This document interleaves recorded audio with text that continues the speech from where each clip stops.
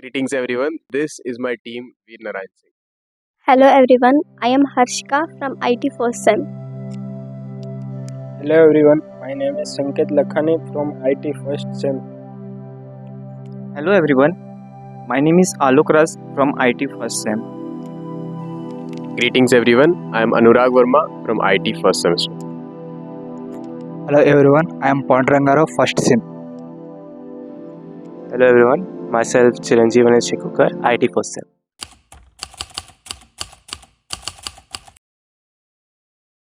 Veer Narayan Singh, a legendary freedom fighter from Chhattisgarh, played a pivotal role in 1851 rebellion against the British colonial rule. Born in 1795 in Sonakhan, he was a landlord who became the face of resistance in the region. Singh's journey to becoming a hero began when he looted grain stock from trader warehouse and distributed them to the poor during a severe famine in 1856. This act of kindness and defense earned him the respect and admiration of his people. Veer Narayan Singh was born into a tribal family and his father Ram Ramay was also a landlord. After his father's death in 1830, Singh took over as a landlord of Sonakar just at 35 years old.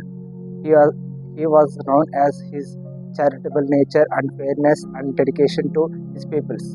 In 1856, when the British East India Company demanded excessive land revenue, Singh stood tall, refusing to bow down. He rallied his people and together they fought against the unjust system.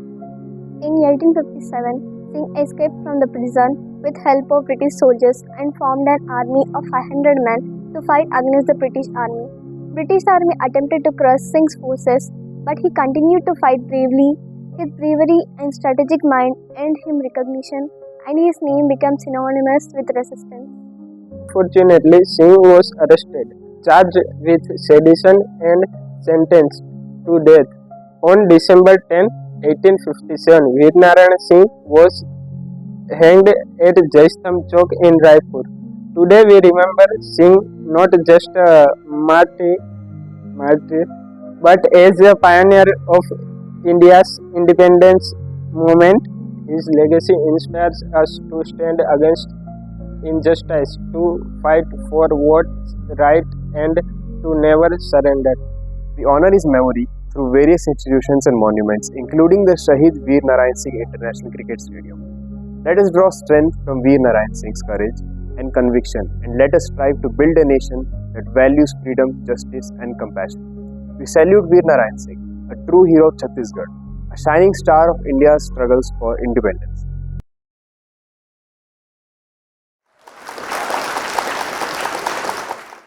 About 20 years ago, a group of researchers did a study at a wine store. They want to find out if Sood's background could influence shoppers' wine selection. Here is what they found. On the days when they played German music, German wines also French wines sold by 3 to 1. And on the days when they play French music, French wines also German wines sold by 3 to 1. But here is a kicker. They asked shoppers if the background music could influence their wine selection. You probably could guess over 90% shoppers say no.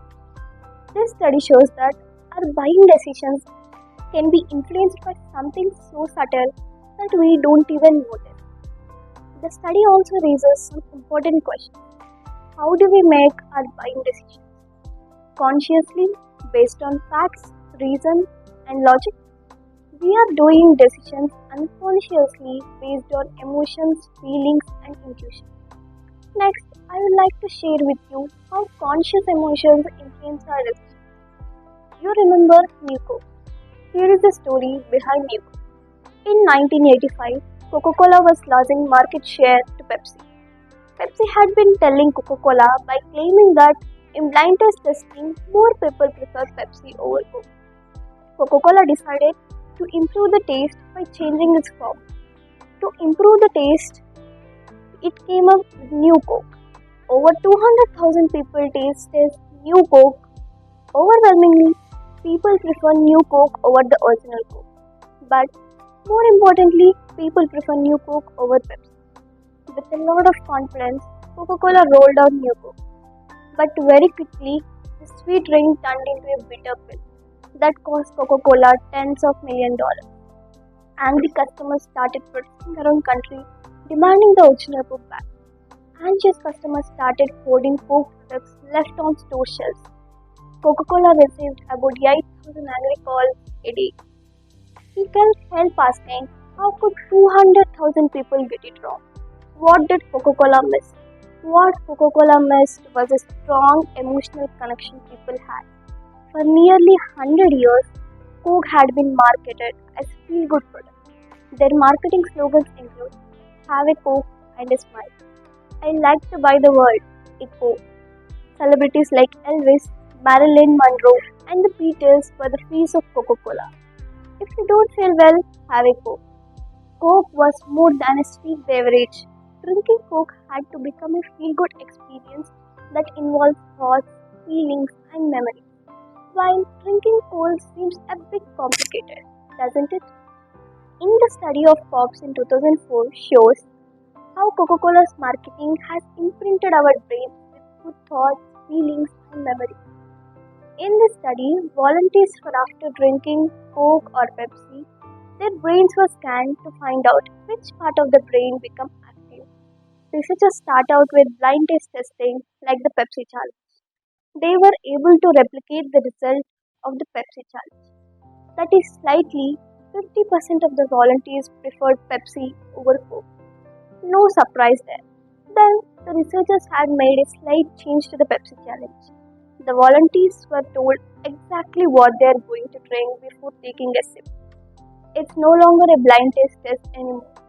Suddenly, 75% of volunteers prefer Coke over Pepsi. More surprisingly, drinking Coke, the emotional part and the memory part of the brain and the thinking part of the brain become active.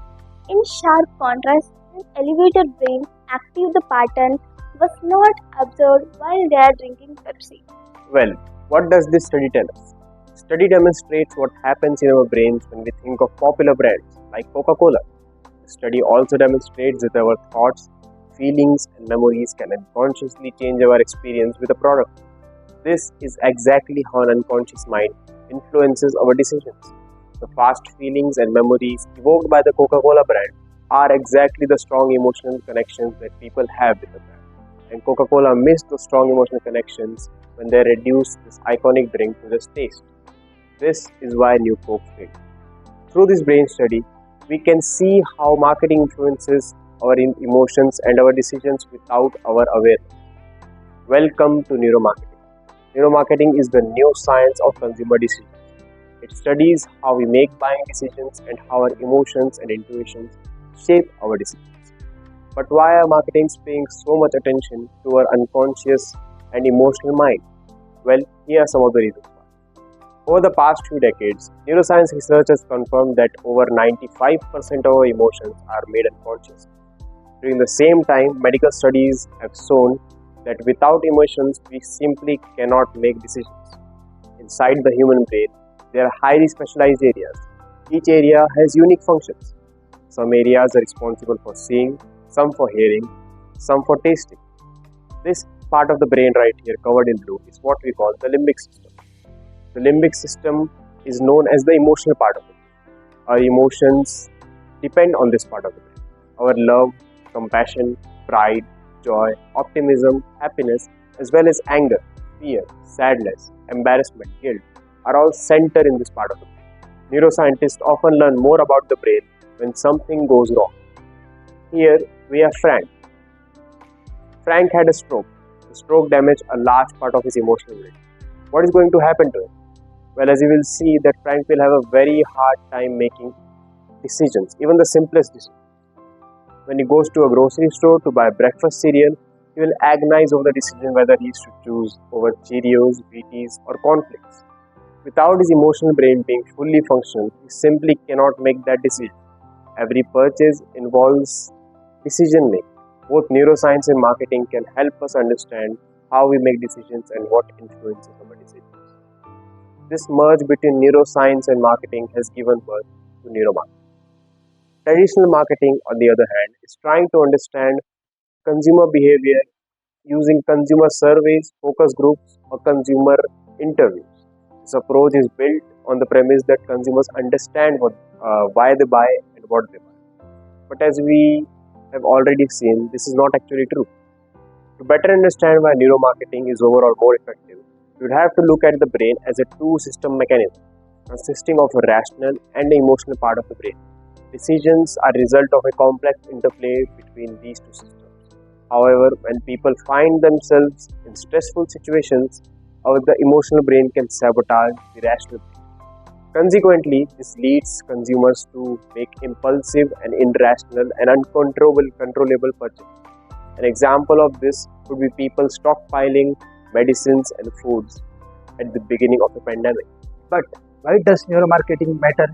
Every year, 9 out of 10 new products fail. About $100 billion spending on marketing are wasted. The main reason that traditional marketing fails to pay attention to consumer unconscious emotional experience. This will be happen new coke. If you avoid wasting of such a money on marketing, both consumer and businesses went to newer marketing to focus on creating better customer experiences. And it does work. First, I like share with you how Google taps on users' unconsciously behavior to maximize this revenue. We have seen Google ads before. The links are in blue color. Every time if you click on these blue links, Google makes more money naturally. Wanted users click on these ads more often. We know that color of can impact our emotional in our behavior. The question Google asked was whether the subtle change of color of these blue links could change users' clicking behavior. Several years ago, Google tested its close to 50 shades of blue. In links wanting to find a certain shades of blue will be generated more clicks.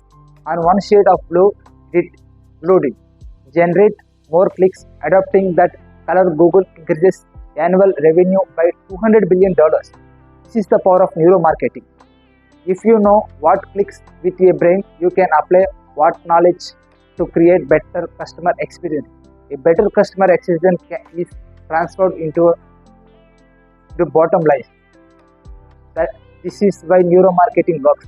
Next one, I would like to share with you how a slide a notable speed improvement by Amazon increases the scale by $1.7 billion. According to Amazon, 1/10 of second speedily from Amazon website can increase the scales by 1% consciously.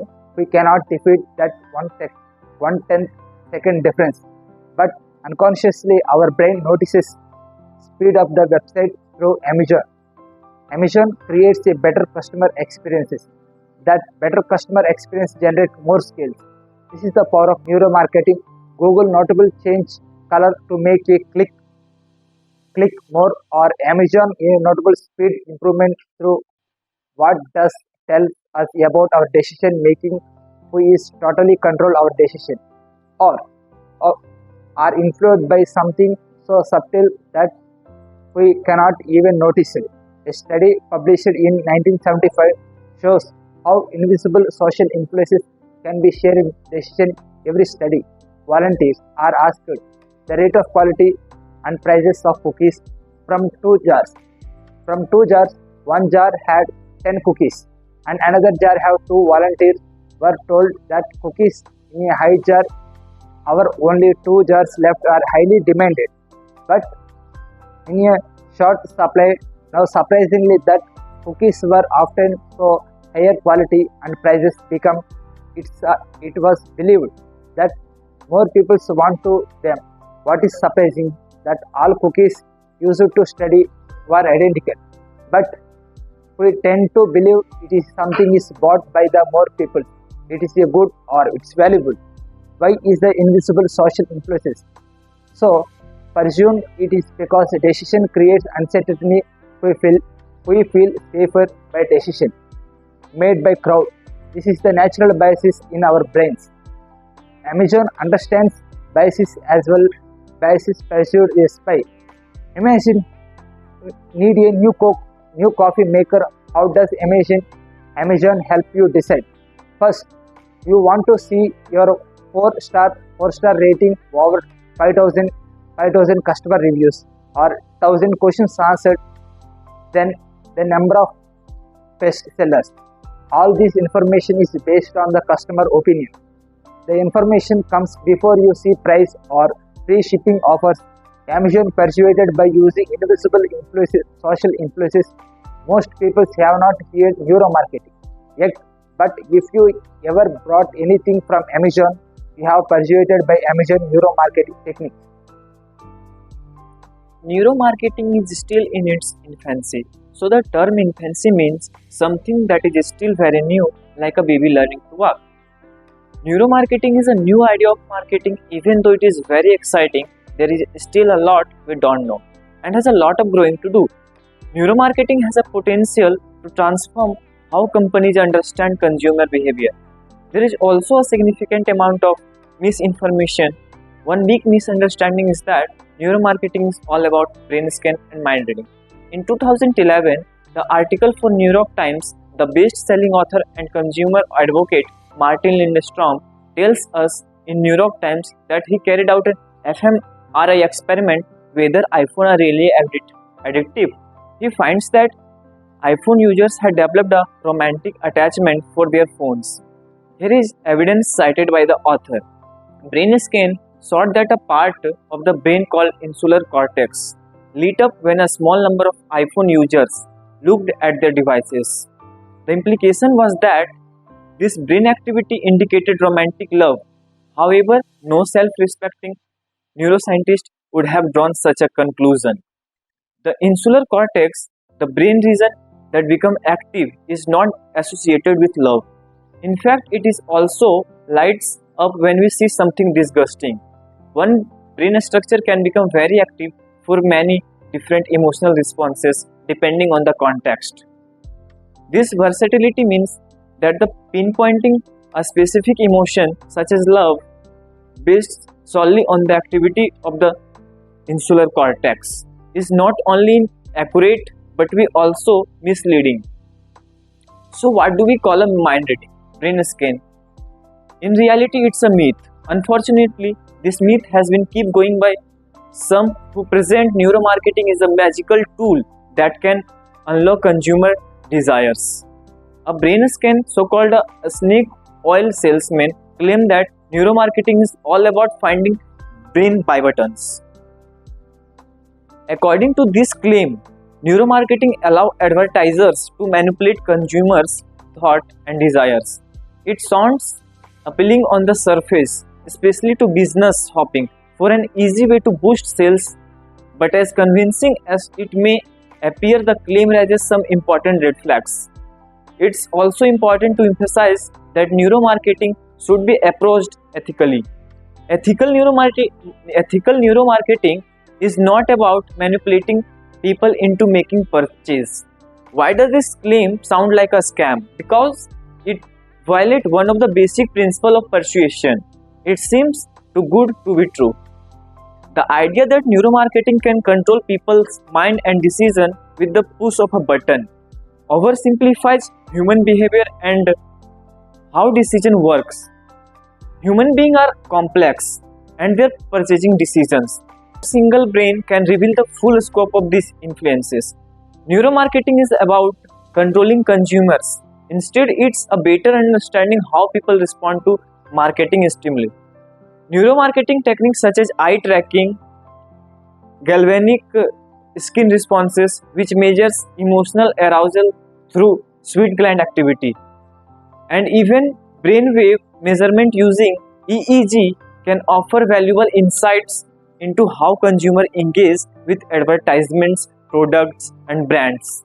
For example, neuromarketing can help researchers see which part of an ad capture the most attention or which product generate the most positive emotional responses. However, these tools are not capable of mind reading or overriding consumer free will. Neuromarketing is a tool for improving marketing effectiveness, not a means of controlling. Neuromarketing, while commonly associated with understanding consumer behavior and driving purchasing decisions, has far-reaching implications that transcend the marketplace. It delves into the very core of human decision making, touching every aspect of our lives. We make decisions every single day, ranging from trivial automatic ones to those that could shape our futures forever. That choices, whether consciously or subconsciously, made add up to millions over the course of our lifetime. Often, the most significant decisions we face aren't just about what we buy or consume, but about how we navigate life's challenges and uncertainties. Over the past decade, I have personally faced several difficulties, often gut-wrenching decisions. Should I step away from the security of a stable job with its steady paycheck to take a leap of faith and build my own business from the ground up? It's a risk fraught with unknowns, yet also one filled with potential. Then there's the matter of family. How do I effectively take care of my aging parents when they are living 6,000 miles away in another country? The geographical distance makes it emotionally and logistically overwhelming. On the top of this, how do I offer meaningful support to someone dear to me who is grappling with depression, a deeply complex and often misunderstood mental health challenge? The decisions are not only heavy but also emotionally draining, testing the limits of my resilience and empathy. What neuromarketing reveals is that our decisions are influenced by other countless unseen forces, whether it's cognitive biases, emotional states, societal pressure, or cultural norms. Many of our choices are not fully within our conscious control.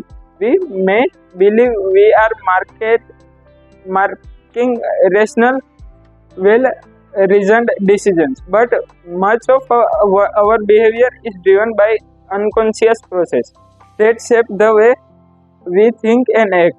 These invisible influences operate beneath the surface, subtly guiding our decisions without us being fully aware. However, rather than seeing this as a loss of control, there is great power in acknowledging it. By understanding that we are subject to these invisible influences, we can begin to make more mindful and deliberate choices, embracing vulnerability, recognizing that we are not always fully in control of our decisions. Doesn't weaken us, it empowers us. It allows us to approach life's more difficult decisions with greater clarity and compassion, giving us the space to be kinder to ourselves as we navigate uncertainty. This awareness, born from the insights of neuromarketing, extends far beyond the realm of business and advertising. It touches on how we make decisions in every aspect of our lives, from our careers and family matters to our relationship and personal struggle. In the end, neuromarketing is not just about buying decisions, but about understanding human behavior at a deeper level, empowering us to make choices that align more closely with our true intentions and values. Our decisions can have a lasting impact on other people's lives.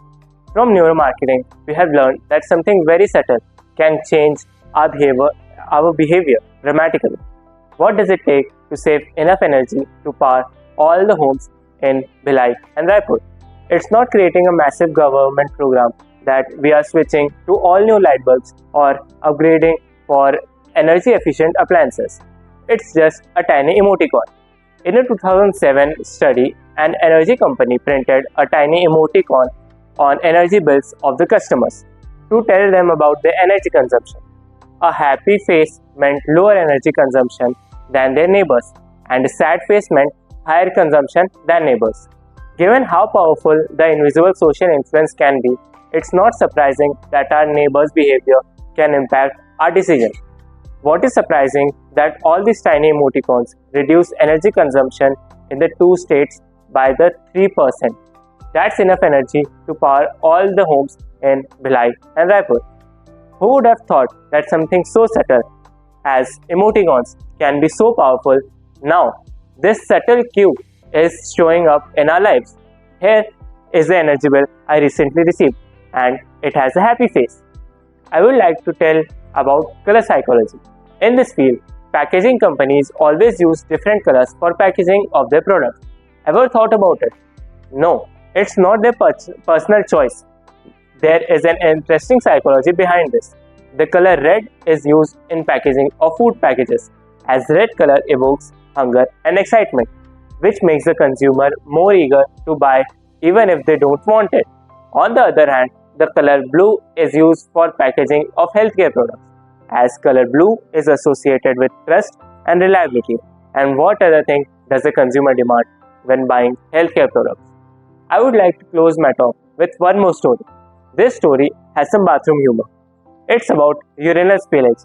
When a guy stands for a urinal, he often does his business mindlessly and aimlessly.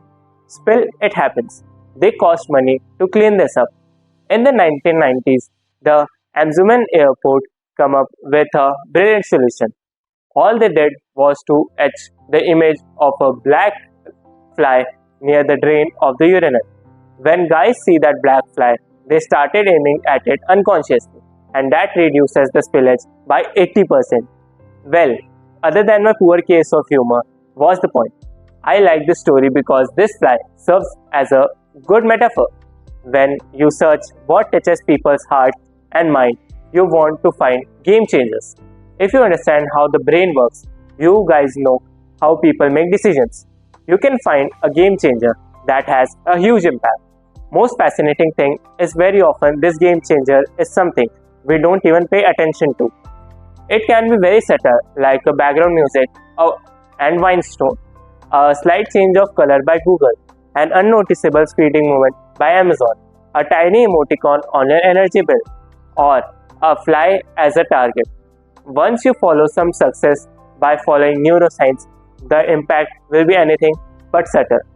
You want to make a positive impact, you want to help others thrive.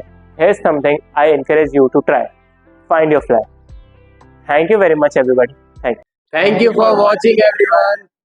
First of all, we would like to thank our director, sir, Dr. N.V. Ramana Rao. We would also like to thank the HOD of Humanities and Social Sciences, Dr. Samir Bajpai, sir. We would also like to present a special thanks to Dr. Anup Kumar Tiwari, our communication skills professor, for providing us with such a wonderful opportunity to present our creative side. And last but not least, I would also like to thank all the security personnel that were present during our shoot for letting us access the venues and for ensuring our security throughout. Thank you.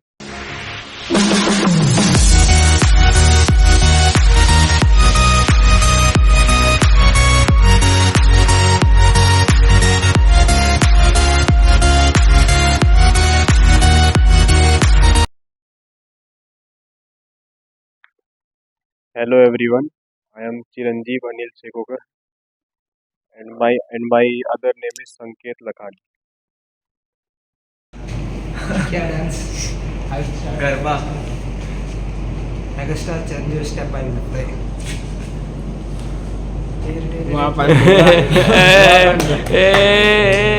Pandu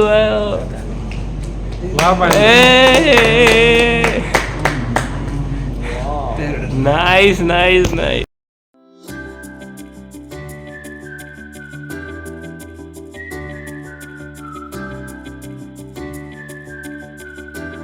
Thank you.